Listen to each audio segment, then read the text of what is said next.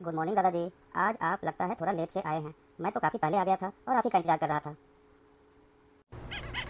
हाँ बेटा चिंटू, आज तो थोड़ा लेट हो गया। वैसे तो मैं पहले ही उठा था, लेकिन सोचा थोड़ा चाय पी लूं, फिर वॉकिंग पे निकलते हैं। चलो अच्छा हुआ तुम भी मिल गए। चलो दोनों मिलके टहलते हैं।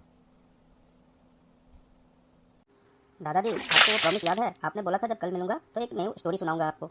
जो आपके साथ वो ट्रेन में घटा था, वो कहानी आप सुनाओ ना मुझे। मैं तो वही कहानी सुनने आ आया हूँ। हाँ हाँ हाँ। अरे तुमको वो याद है अभी तक? मुझे लगा तुम भूल गए थे। चलो कोई नहीं, आज मैं तुम्हें वो कहानी सुना ही देता हूँ। एक बार मैं ट्रेन से सफर कर रहा था। संयोग से वह कोच खाली ही था। तभी 8-10 लड़के उस कोच में आए और बैठकर मस्ती करने लगे। एक ने कहा चलो जंजीर खींचते हैं। फिर दूसरे ने कहा यहाँ लिखा है 500 रुपये जुर्माना और 6 माह की कैद।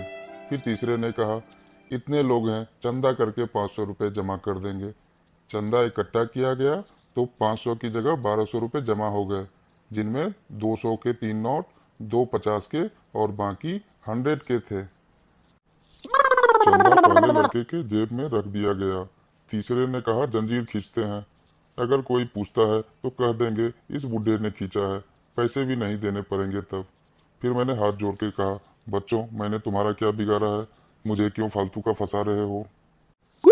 लेकिन नहीं, जंजीर खींची गई। टीटी आया 2 सिपाही के साथ, तो सभी लड़कों ने एक स्वर में कहा इस बुढ़े ने जंजीर खींची है। टीटी ने मेरे से बोला शर्म नहीं आती इस उम्र में भी ऐसी हरकत करते हुए? फिर मैंने हाथ जोड़ के कहा साहब मैंने जंजीर खींची है, लेकिन मेरी बहुत बड़ी मजबूरी थी।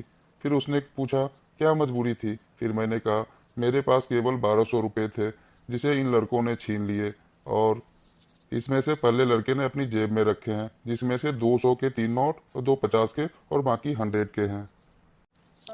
तब टीटी ने सिपाही से कहा चलो इन लड़कों की तलाशी लो।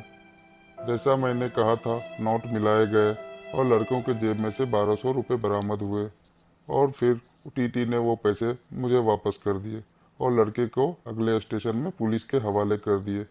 पुलिस के साथ जाते समय लड़के मेरे ओर घूर रहे थे। फिर मैंने भी अपने सफेद मूछों और दाढ़ी पे हाथ फेरते हुए कहा बेटा ये बाल मैंने ऐसे ही धूप में सफेद नहीं किए हैं। हा हा हा हा। अरे वाह दादाजी, आपने बहुत अच्छा सबक सिखाया उन लड़कों को। उनके साथ तो ऐसा ही होना चाहिए था। भला कोई बूढ़े आदमी को परेशान करता है ट्रेन में, वो भी अकेले। आपने सही किया।